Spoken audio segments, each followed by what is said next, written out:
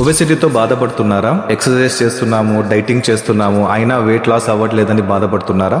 అయితే ఈ వీడియో మీకోసం. ఈ వీడియోలోకి వెళ్లే ముందు మన ప్రధానమంత్రి నరేంద్ర మోడీ గారు ఏం చెప్పారో ఒకసారి చూద్దాం. हमारे देश के हर परिवार को चिंता करनी चाहिए.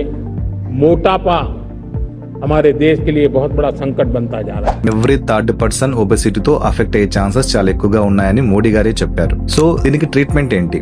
మెయిన్ ట్రీట్మెంట్ వచ్చేసి డైటింగ్, ఎక్సర్సైజెస్. డైటింగ్, ఎక్సర్సైజెస్ తో మనం వెయిట్ లాస్ అవ్వకపోతే అవర్ లాస్ట్ రిసార్ట్ ఏదంటే లాప్రోస్కోపిక్ బేరియాటిక్ సర్జరీస్. చాలా మంది చేసేది స్లీవ్ గ్యాస్ట్రెక్టమీ. అంటే మన స్టమక్ ఒక 100% అనుకుందామండి.